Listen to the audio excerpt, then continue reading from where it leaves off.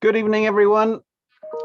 Good evening and welcome to Big Tent Live Events, a live online event series from the University of Oxford as part of the Humanities Cultural Programme, one of the founding stones for the future Stephen A. Schwarzman Centre for the Humanities.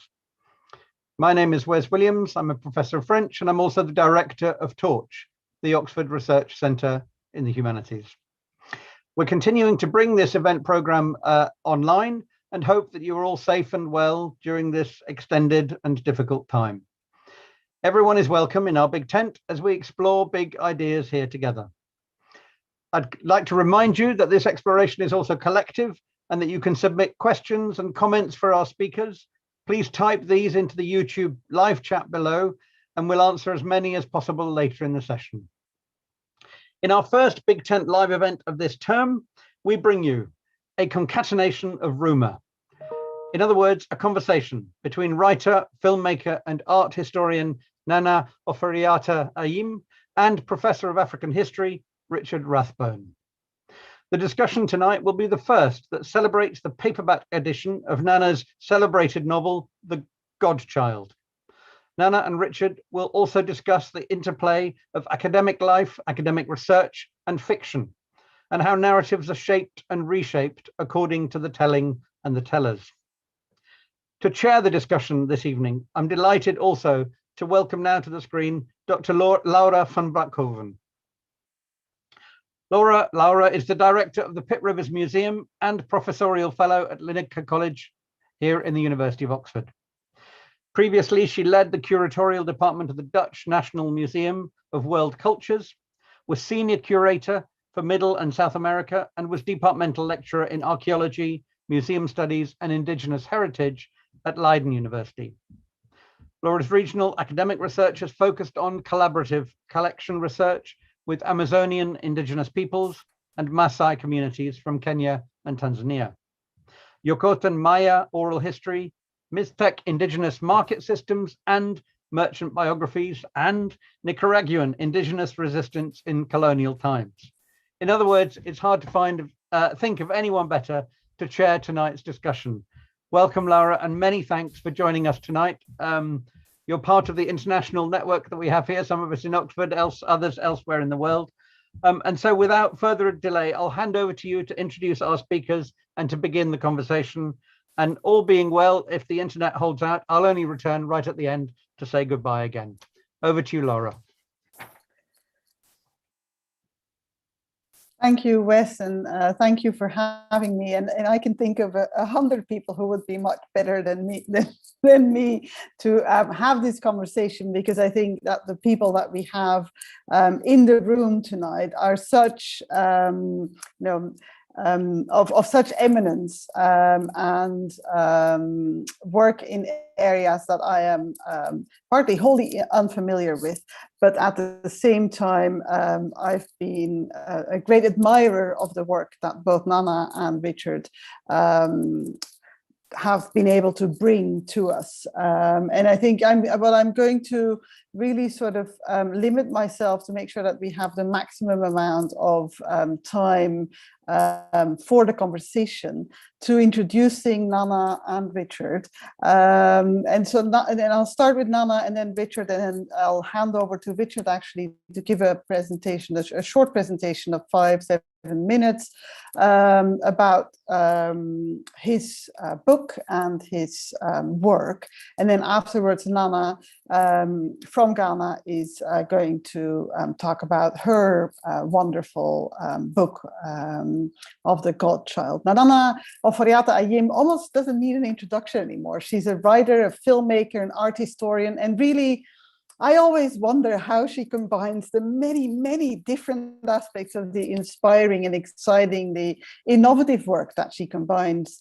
She lives and works in Accra, Ghana, and as a special advisor to the Ghanaian government on museums and cultural heritage, she's leading the country's museum restructuring program.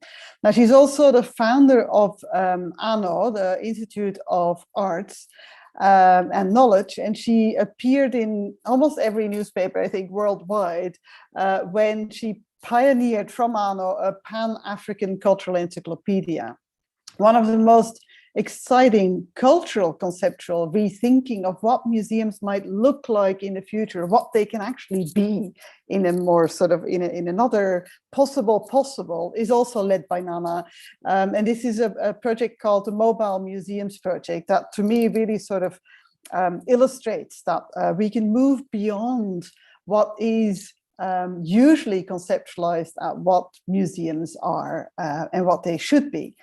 Now, her curation of Ghana's first pavilion at the Venice Biennale was widely acknowledged as both thrillingly beautiful and shaking up the Biennale's usual whiteness. In 2019, Nana published her first novel, The Godchild, with Bloomsbury, and for our German-speaking audience, a German translation has just come out with Penguin. Now, the book touches the heart and mind, at least that's how I experienced it when I was reading it last summer. The book really touches the heart and the mind equally, and I cannot but recommend reading it more highly. Now, for someone like myself, living in the world of museums, it also offers both beauty and imagination and asks some very important and piercing questions around ownership and around entitlement and around there's many different aspects that one can sort of think around migration and how one assembles and feels disassembled when living in a sort of state of migration and or coming home, a bit similar to the sort of questions it asks about, the book asks about the assemblages that have been built up in European museums, but I'm sure we will touch on that later in the conversation. Now, there's too many accolades, other accolades to mention, awards that Nana has rightfully won, but I just want to sort of now first discuss Richard and move on with the conversation, because otherwise I would take up all the evening just talking about how much amazing work has been done. Now, Richard Rathbone began his research career at the School of Oriental and African Studies, or SOAS, where he worked under the pioneer historian of Africa, Roland Oliver. Richard has served as chairman of the University of London's Centre for African Studies and as the SOAS Dean of Postgraduate Studies, and was promoted to a chair in modern African history in 1994.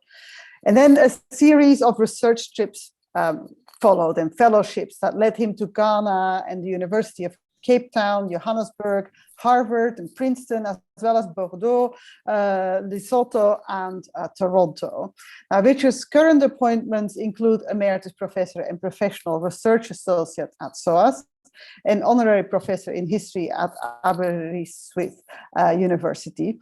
He's also the author of many books, including Murder and Politics in Colonial Ghana and Nkrumah and the Chiefs, the Politics of Chieftaincy in Ghana between 1951 and 1960. And some of those books have really been given amazing accolades, and both in the way that Richard writes them and the sort of boldness and at the same time really thoroughness in which they capture a degree of, as the Times Literary Supplement said about one of the books, said that they captured a remarkable degree of the tragedy and confusion of Ghana's transition from bold pioneer of anti-colonial modernism to postmodern epitome of post-colonial despair.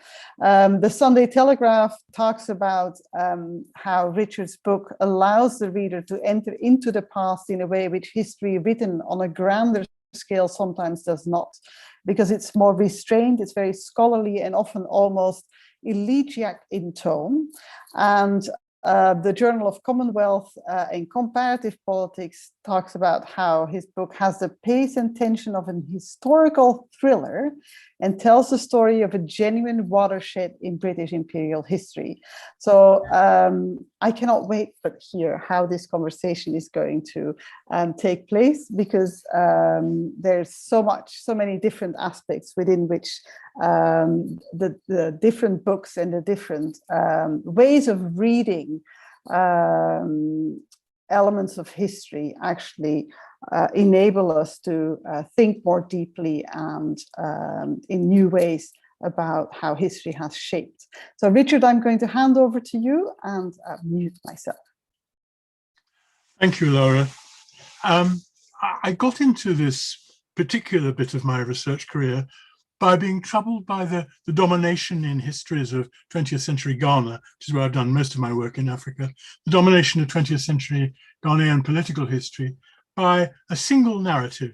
And that single narrative is, of course, the great epic anti-colonial struggle conducted by a radical nationalist party who took Ghana very successfully on a mission to regain sovereignty from colonial rule. Unfortunately, I spent an awful lot of my life buried in archives, which is what historians do.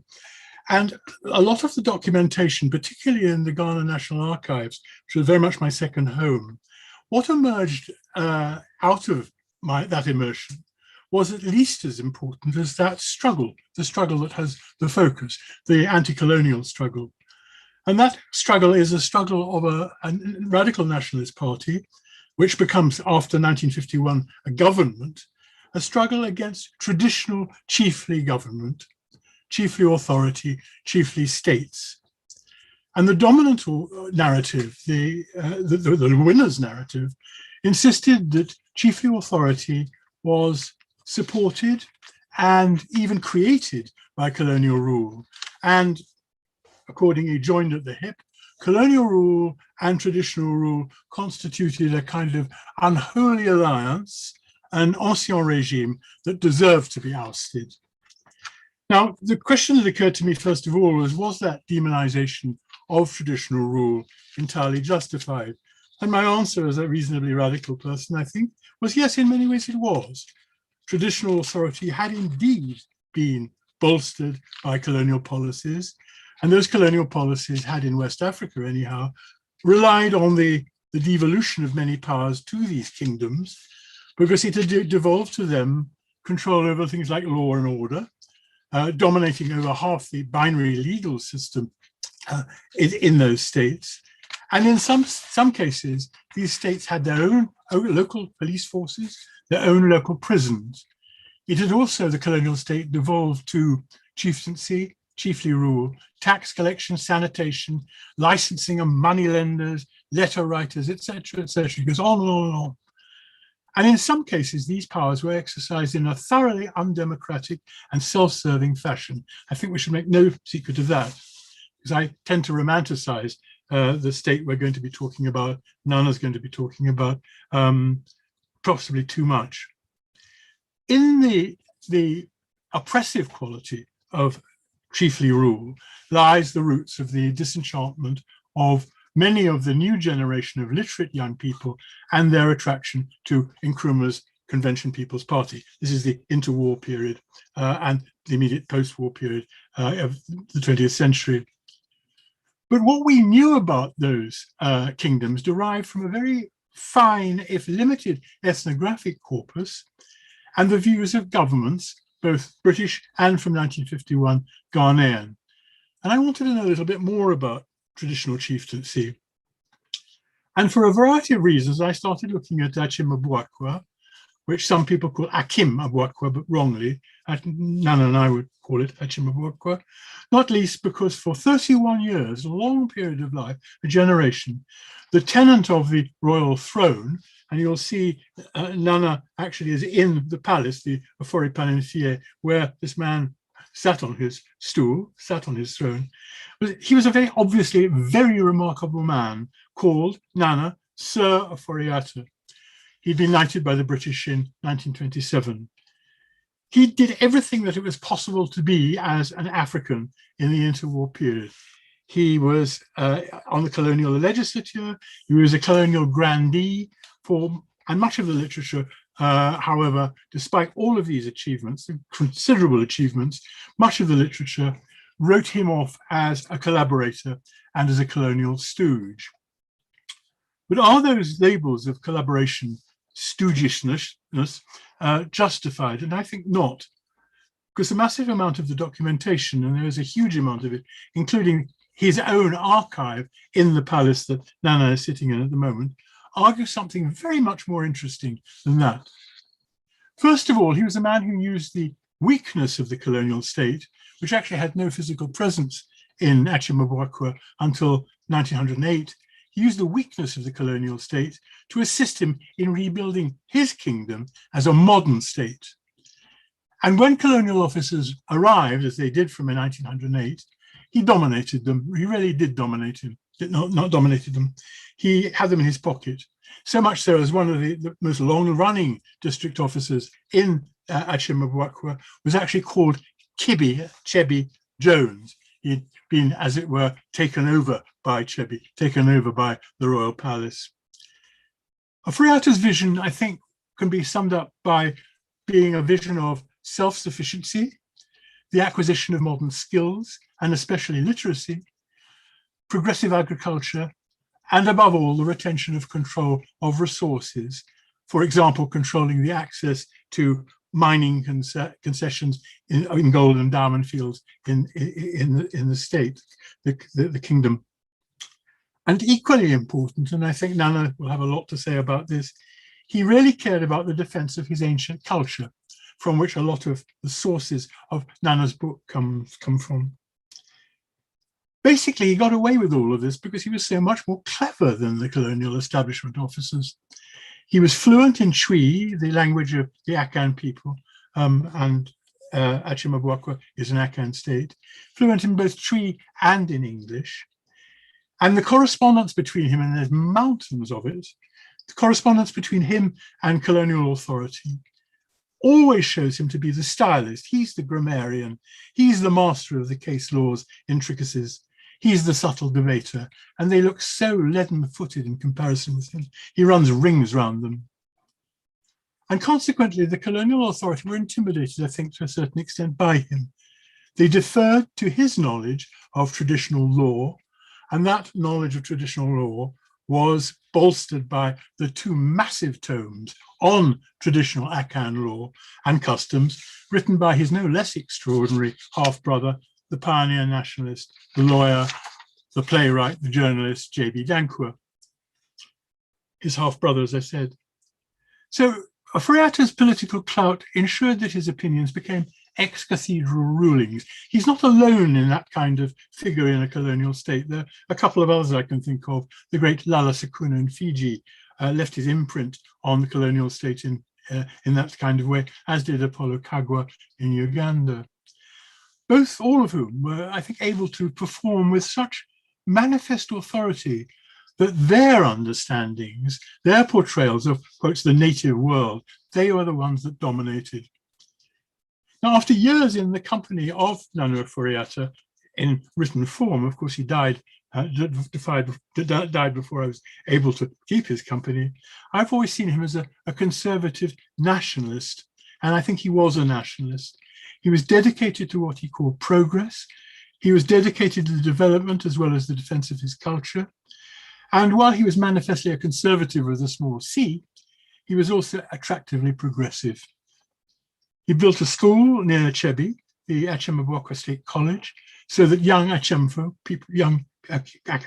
people would not have to study as boarders, as strangers in the big schools in Accra or Cape Coast.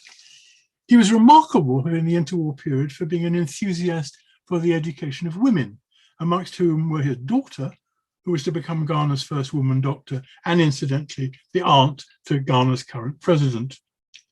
He was additionally behind the so-called cocoa hold-up, a strike of cocoa farmers withholding their cocoa they produced to receive a fairer price on the world market, and then to try to strangle the brokers out of business. And he even tried to negotiate deals which would have cut out the middlemen, cut out the cocoa brokers. Now, all of this was a balancing act, and one which required very hard work. The Royal Archive really reveal a man to have been extremely industrious, a monarch whose commitment to detail always reminded me, when I was going through his correspondence, reminded me of Philip II or Louis XIV, people who worked way after closing time again and again and again. And being persuasively progressive whilst being at the same time notably repressive, that's a juggling act. And this great juggler died in 1944. And as with the removal of a keystone in a great Gothic cathedral, the roof fell in. The story that brings Nana and myself together is what goes on in the 40 days of mourning after his death. Some members of the royal family were accused of being complicit in a ritual murder.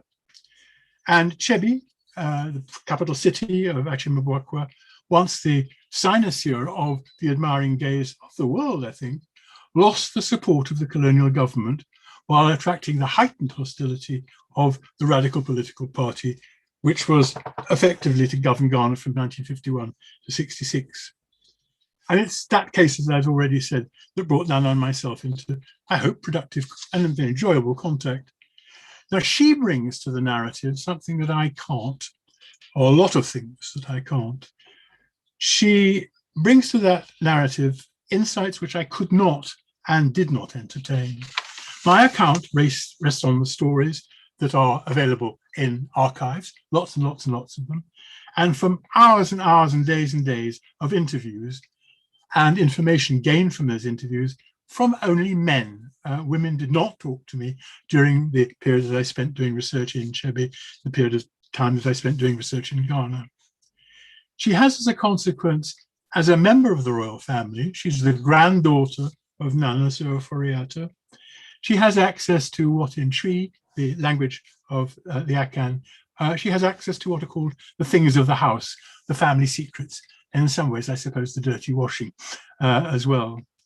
And in her very wonderful book, which I have on my desk here, I hope it can be seen on screen, she explores things that I could not explore, such as feelings and meanings, what it is like to grow up as a royal child, which she is, no longer a child, but certainly royal, and growing up as a child of someone whose close kin has been hanged for murder, a very dramatic thing to have in the history of your family. And for me, it's a great privilege for me as a historian to be able to read in her work a very fine exploration of thoughts and sensations I could only imagine, but thoughts and feelings and sensations which she has realized in her book.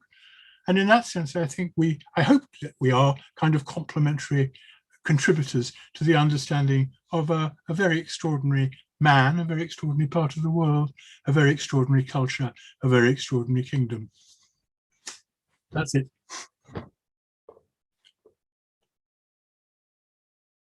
I finished.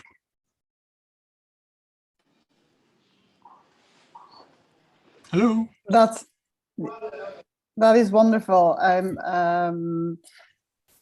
I thank you so much for that context on the one hand, and that historical insight, which I think is, and also drawing the line towards Nana's work and how there's a different dimensions that the work brings. One sort of having been really from working through the archives and investigating the archives and interviews with mostly men. And the other story, which Nana, I'm happy you've been able to put your video also on, and that you're here with us and in a very exceptional setting of the palace. I'm going to hand over to you for your introduction. Thank you. Thank you, Laura, and thank you, Richard. You are asking, Laura, how I managed to get everything done. And sometimes the answer is, I don't. We were in the middle of a filming day, which did this morning, and that hence I'm still sometimes of multitasking. So yeah, I'm in the Ahimfia in the palace. Actually, I have the drums. I decided to sit in front of the drum house because they have so much to do with the narrative that I wrote, but also the inspiration of everything more or less that I do. You'll see the ones on the wood, actually the atom pum drums, the talking drums of Akyem Abuakwa. And like I said, one of the big inspirations for my work are the talking drums and the ayan. Sorry, there's a lot of noise here in the background. The downfalls. Uncle Fraser Boachintira was what they call Dumon Kumatrama, which is a divine drummer. And when I actually did my master's at SOAS, where Professor Rathbone or Richard was a professor, and when I did my master's in African art history, I realized that the terms and the concepts of which I was describing my culture were all foreign ones, and I started looking for a narrative form, concepts, terms in which I could describe my culture on their own terms. And so I started looking at oral literature, and that's when I came across drum poetry, which was this incredibly poetic, philosophical way of telling history. And not only did I come across the drum poetry, but I realized that my own uncle was a master of the drums, a divine drummer, an Odumon Kumatrama. So I kind of became an apprentice to him. I sat at his feet for years, documenting the drum poems, their deeper meaning. There's different boys that learn the drum, but only a few of them get passed on the deeper meaning, the secrets of the drum. And when it came to actually wanting to drum myself, I was told that unfortunately, because I was a woman, I wasn't allowed to. So these drums behind me, the Atom Palm, I'm actually unfortunately not allowed to touch, which is a shame. But it also actually drove me into the question of how do I become a historian of, using the forms of the Ayan on my own terms, because there are certain restrictions, spiritual, traditional, that stop me from becoming one in a traditional sense. And that's when I reached to writing and filmmaking, but I always am inspired by the form of the Ayan, which underscores everything. Which underscores everything that I do. So even in the book itself, the rhythms of the Ayan, the cyclical nature of it, the elliptical nature of it, the abstract nature of it was really, really, really a driving force behind it.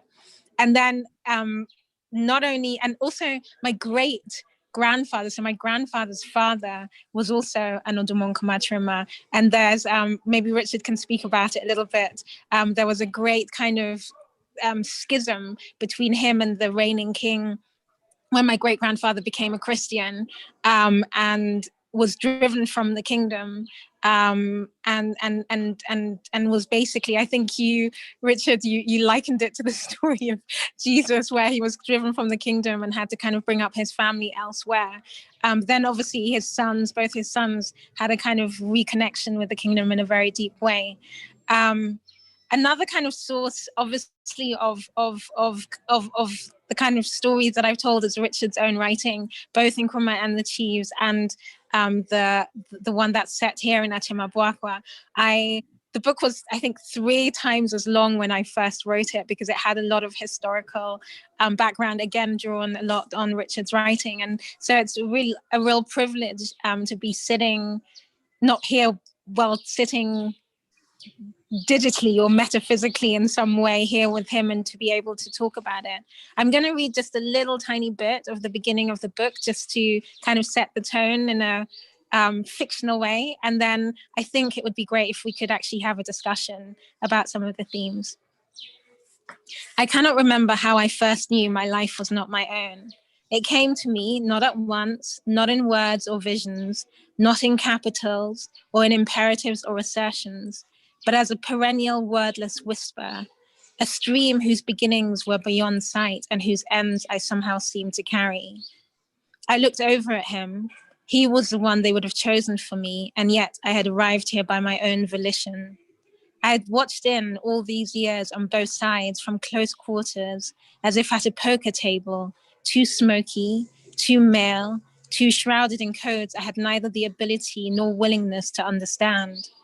I had thought of the generation above me as still too tainted by colonial malaise, of my generation as a bridge, of our daughters and sons as the ones to be truly, hopefully free. And yet, quietly, imperceptibly, I'd been witness to a transformation from a narrative too large, too unwieldy, too unconcerned with the small and the human, too couched in arrogance and entitlement, to one of hard work, nobility, loyalty, fidelity, Though the clarity, the vision, the truth of it was not yet apparent, it seemed a certain grace had set in, and that it was all of ours. There was tiredness, exhaustion, disillusion, cynicism, mistrust on all fronts. But strangely, it also felt like something new was beginning, not for one side or the other, but for us as human beings sharing a geographical space, creating a common story. All that was missing was the joy, the lightness and innocence of my mother, her brothers, of Kojo, and yet they had not survived. I looked at him now as he walked towards me, at all of them, they who had finally won. But I was more my mother's daughter, Kojo's sister, than theirs. Could I look back to that first splintering, that first awakening, and learn? Could I win as they had, and still as they had not remain open? Could I, as my mother and Kojo had not, survive? And so, yeah, that's a little bit of the introduction to the book and quite a few of the themes of it, of freedom and obligation and, you know, the kind of maleness of power and of trying to fit in. And yeah, a lot of those themes. But I would love to have a conversation with Richard and with Laura about some of those now.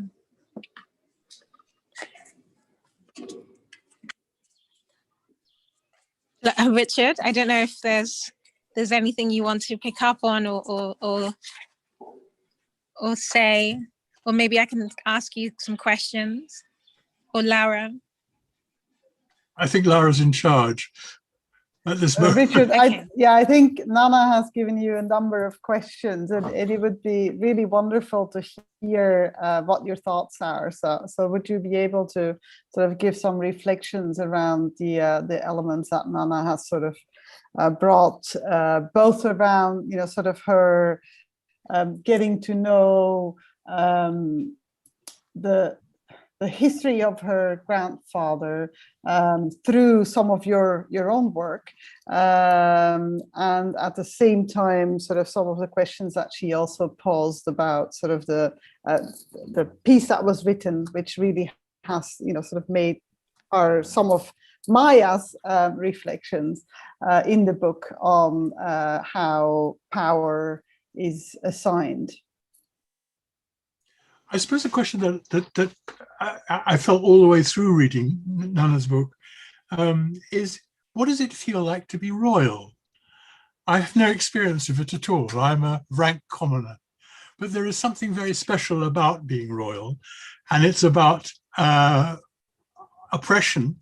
I think that it weighs heavily on the shoulders. It's a tough thing to be. There are expectations all the time of it. And there are expectations not just of being royal, but in what royalty has done to the stem family, the house of the Asona clan that you're a member of very high achieving, very successful, very powerful people. And I have no experience of that personally. And it comes out very much in the book, that that sense of being held under in a way, as well as being pushed up. It seems a very binary experience and a very frightening one in some ways. And I think the fear comes out of the book as well. I mean, is that a bad reading of Godchild? No, I think it's a really, really, really accurate one. And interestingly, you're, I think, the first person who's really picked up on it so strongly. And I think probably that's because of your research. You know, I also, you know, at the beginning, I think I wasn't so explicit maybe in the fact that it was, you know, there was elements of kind of self in it. But I think that, you know, this idea or this dichotomy of obligation, and, you know, we obviously, you know, in our culture, the ancestors kind of are play such an important role in our lives, this idea of continuity, and, you know, that they're always there with us. And, you know, Maya in the book has this sense that from the very beginning,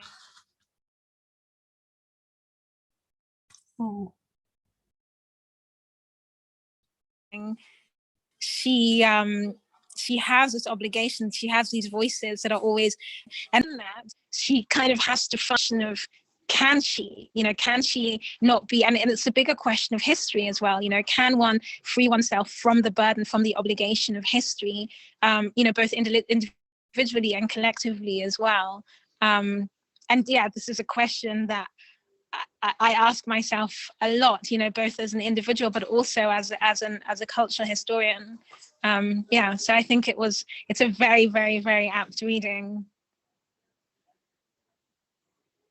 I'd like to ask, if you allow me the time, Laura, to ask really what of the things of the house did you learn? I'm not asking for specific data, but how far in could you get in terms of those close kept secrets that were anyhow historically part of what the ruling council of the state, the Ottoman Council, had, what they understood and to be, which weren't for other people to digest or know about, and things that I could never find out about.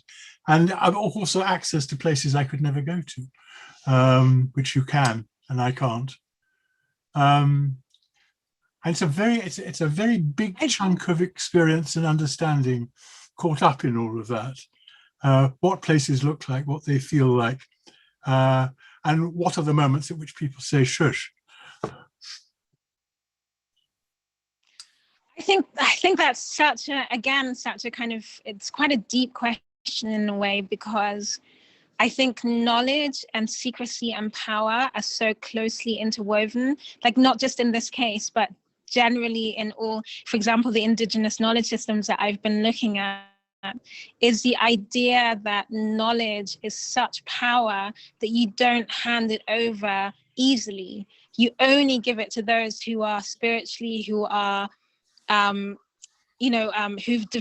are very, very, very serious about it, and have shown that seriousness through years and years and years and years of commitment. You don't just hand knowledge over. And I think one of those things, one of the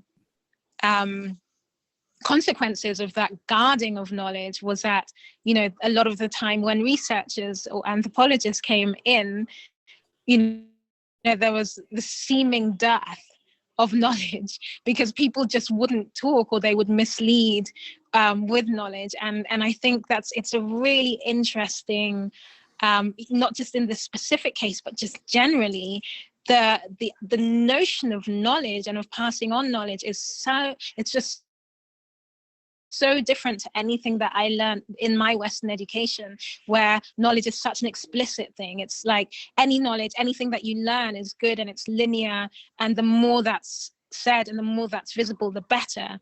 Here, it's really about secrecy. It's about guarding. Even the ayam, the drum poetry, has so many gaps within it, so that even the poems are being passed on as history, but yet you have to know all of these backgrounds in order to piece together that history.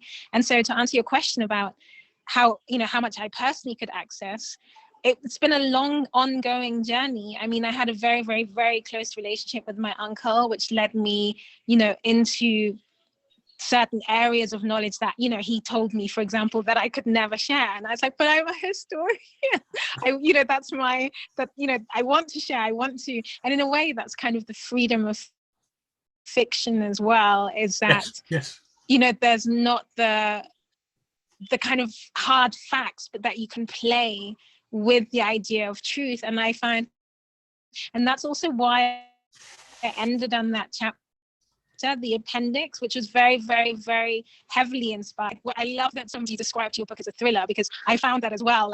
And that's why I kind of had that parallel to the way that you told the story as well, right down to when they put the black square down, and kind of the judgment was told. I found it so captivating. And in that appendix, I try to really explore the idea of what is truth. Because, and I think, to go back to the title of this talk, a concatenation of rumor, the idea of what truth was, and especially as you tell it in your book, was so fluid. It was kind of told, it was retold, tradition was retold. And this idea of truth not being fixed, this idea of, even in the drum poetry, for example, the eye of the drum poem could be the present king, the Ochihene, but it could also be, 12 kings before, but it's still spoken of as the same person, even subjectivity is interchangeable. And so what happens to a story when there is no fixed subject, when there is no fixed truth, but everything is possibly fluid? What happens, something that still to this day is so fascinating, is how are stories told where things are interchangeable as they are when you're telling them on the just substitutes for another, as the drummer is his own way. What does that say about storytelling, or storytelling as as people know it in the Western world? And I still haven't gotten to the end of it. I feel like I'm still in the middle of that exploration, as it pertains narrative, but also that idea of fluidity. And yeah, like I said, I found it very, very interesting in your book how you underscored that, the idea that truth was something that was being made and remade, this idea that tradition was something that was almost being, like sometimes very, very, seemed very old, but sometimes it seemed like it was almost being invented on the spot. And yeah, that might be seen in some instances as negative, but there's also a certain openness to that, I think. It's also symbolized to a certain extent by in a way, the things that are physical and so on. I mean, Oforiatta is a very traditional chief in many senses, a king, I call him throughout, as you know. I mean, he rejects Presbyterianism, although he's a child of the manse. His father, as you say, was a drummer who becomes a Presbyterian minister. His mother was also a Presbyterian. He rejects Presbyterianism on becoming Ochenhini, on becoming king. And although the ministers of the Presbyterian Church are allowed into the palace to pray, he never goes to a service again. And during the obsequies for when he's dead, you can hear the service in the church in Chebi, in the Ahenfi, where the other ceremonies are going on. And there are other bits of symbolism about change, but also alteration. And I find him fascinating in terms of how flashy he is at times.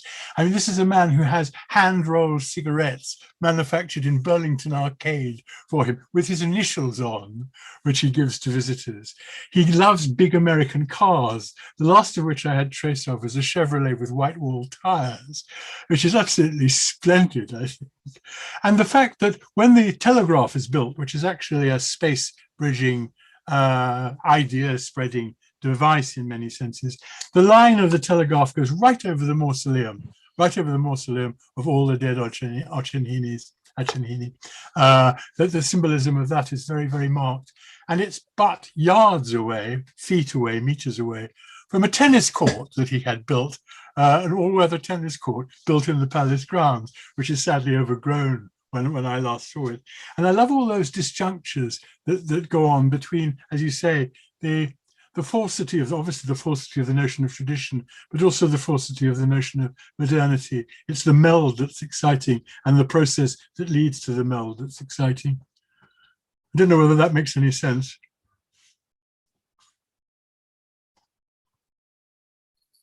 Yes, I think it absolutely does.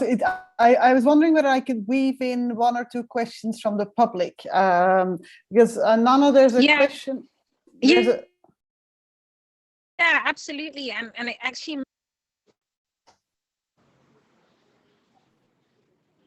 Hello. Yes, we keep losing you. We can hear you again. Oh. Okay. Hi, Lara. Yes. Yeah, so the question from the public is that there was a question that was asking whether you could speak a little bit more about the kinds of narrative shapes your experiences with drums and drumming have created. This is from Maya Little, who asked this question. I mean, I think it's evident in the book. It's also evident in my films as well. I mean, the drum itself, the drum language itself, is made of fixed poems. There's also room for improvisation, but it's not the telling of history is not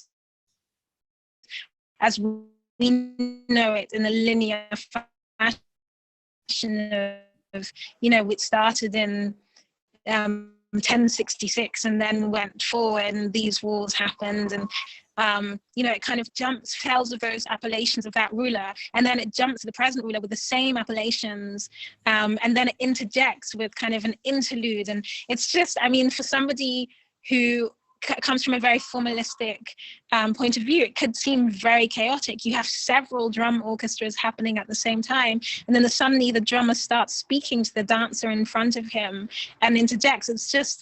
It's very fluid, it's very intuitive, and it requires such a huge amount of mastery or form for you to be able to talk so that people can listen and understand, and then kind of move between rhythms and hold your audience, and, you know, not just make sense in a conceptual way, but also be rhythmic enough so that those who don't understand the language can also enjoy the music of it.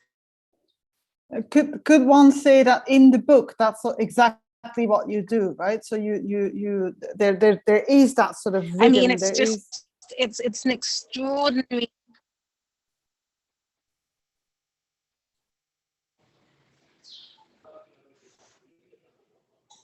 Hello?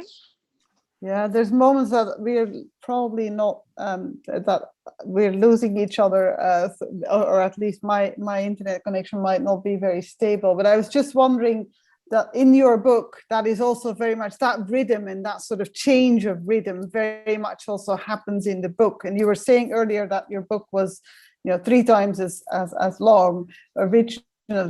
Are there parts that you sort of very consciously started to change the rhythm also of the book? Because that is something that one feels in the book also, that there is that sort of the difference in rhythms. Yeah, I mean, it's an experiment in that way, you know, the idea of kind of translating something from one form into another. And, you know, I didn't know to what extent, I don't know to what extent it would succeed. It was just an attempt to, you know, I think, is it Ngugi wa Thiong'o speaks about language so much, you know, and about this idea of going into the post-colonial by reclaiming writing in our languages. And for me, I'd say the reclamation took another form in that I can't deny my Western education. I can't deny kind of my fluency in certain Western languages, but I can try and inhabit them with something that's really, you know, so deep and rooted to me, and that's so ancestral within me. And so kind of inhabit a language that, you know, to a certain extent was imposed on me or my forefathers and mothers, but still take ownership of it by expanding it through these forms and then see what happens.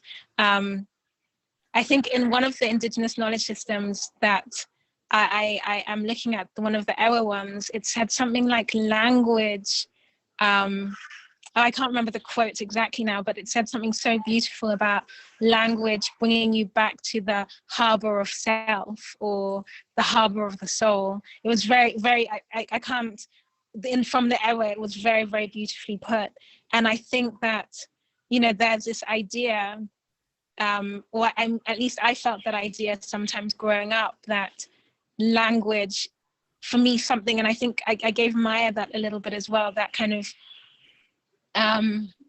absence that she felt in terms of language, of knowingness and of knowing self, and how do you get back through that? And I think to a certain extent with the form of the drum poetry, it's my kind of way of trying to reconnect with something that I feel, for example, you know, when Richard speaks about my grandfather and his kind of trying to really bring the kind of ancestral, the traditional with him into modernity, it's kind of, I guess, a way of connecting with that. Another question from the audience, Richard, is really to you. Sort of the books that the book that you've been referring to is mostly the book that is a Ohio University Press and James Curry Press book. No, no, the one we're talking about is Yale University Press, Murder and Politics. This is the book that we're showing. Right, that's what somebody who's more or less anonymous, because it only says ST, asked whether you could repeat the books that have been referred to mostly. And could you talk a little bit more about what the book touches on? Which one? The one that you've been mostly referring to, and the one that Nana has been referring to. Well, it's basically a sort of potted history of Akyem Abuakwa. There wasn't really anything very much substantial written about Akyem Abuakwa, which is what I was talking about at the beginning, how ignored these kingdoms have been in the historiography because they weren't part of the teleological story of liberation. So the first third, I suppose, of the book is about Oforiatta and also about the kingdom itself in a sometimes a rather travel booky kind of way, I'm afraid. I loved it. The Birim Valley, which is where Chivi is a very beautiful part of the world, and it colonized me very much as a site of great natural beauty and peace, and I was very happy there. But it ends in the middle bit is the caesura that occurs with the murder, and it then becomes about the murder, which is also about the end of chiefly rule to a large extent, or the slow ending of chiefly rule in Ghana, and it ends with a rather limp attempt at talking about what I think chieftaincy might or might not be about, which at the moment I got stuck writing that. I wish I hadn't started, but it had to be finished. So it really is the story up to about independence, 1957. The second book, the Nick and Nkrumah and the Chiefs, is about the hounding of traditional rulers by the Conventional People's Party, a bit of the Conventional People's Party rule from 51 in effect in internal affairs until 66, the coup, which takes out a lot of chieftaincy, reduces the power of chieftaincy to virtually nothing. And one of the abiding images of it is Nana's uncle, J.B. Dankwa, probably the greatest intellectual that Ghana has ever produced, and so on, very, very brilliant scholar, who was a presidential candidate in 1960, unsuccessfully so, but was a leader of the opposition. And he's imprisoned under the Preventive Detention Act. He's a desperately sick man, and he dies in a pool of his own vomit in Aswam jail, although he had called for medical help and it's been denied him. So, I mean, that was what Nkrumah and the Chiefs was about, the ending of chiefly privilege, if you like, and chiefly rule in Ghana. So that they're related but different. I hope they're different anyhow. Otherwise, I'd be selling a pup. Nana, is that the uncle you were also referring to earlier? No, it's actually my great uncle, yeah. No. That's supper.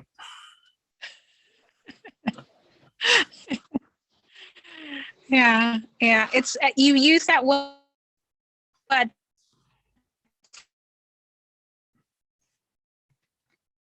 privilege, Richard, and it's like probably all my life, and it was something that I touched on a lot in the book. This idea of privilege, I think, is one. Yeah, that concerns all of my work. Who has the power to speak? Who has the power to tell stories? And even though I speak of the divine drama or the Dumankat Machima, it's still something that's still rooted in unequal power. Even here, you know, it's power as told through the lens of a royal family. You know, what of all the hundreds and thousands of people who don't have that lens, you know, and how do you give access to people and the power to people to tell stories in the same way those who've been, you know, had the power to tell stories, you know, have. And I think that's something that concerns me so much is, this idea of privilege and power, and obviously, like, you know, it's a huge responsibility, and leadership is so hard. But at the same time, you know, how do we get to a space where that privilege is passed on to as many people as possible? And it's a real dichotomy that I have with the notion that you touched on at the beginning, Richard, of what royalty is. Because on the one hand, having royal kingdoms within Ghana, or, you know, having kingdoms that predated the idea of Ghana, has allowed us to hold on to so much of our culture, which has been exported. You know, the kente that I'm wearing right now has become like a symbol of, you know, of blackness, of African Americanness, of diaspora, of connection. You know, we have our gold, we have, you know, the Ashanti gold weights, we have, or Akan gold weights rather.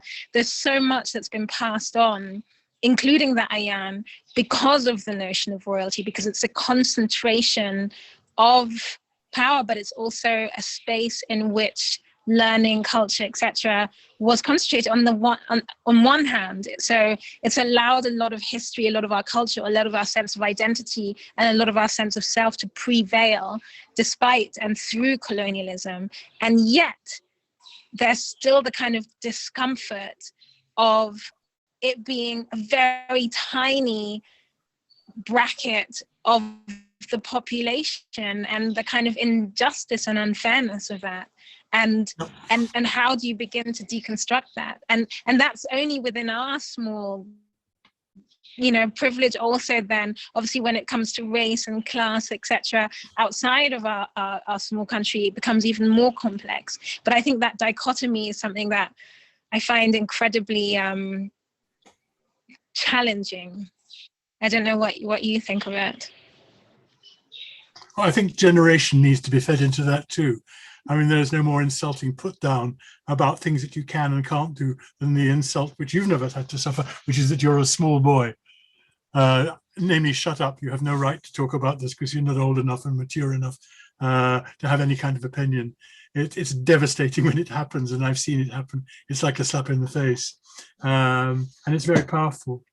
So the exclusion of the young as well as women and of commoners, and to some extent, and it's something we don't talk enough about, are people of slave descent in the kingdom too.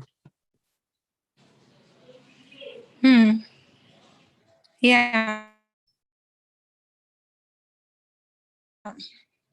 Yeah, I think that this idea of how do you give more voice to people, how do you privilege, you know, more stories. It's something, I mean, I think through the work that I'm trying to do with museums, is something that, is an ongoing question of,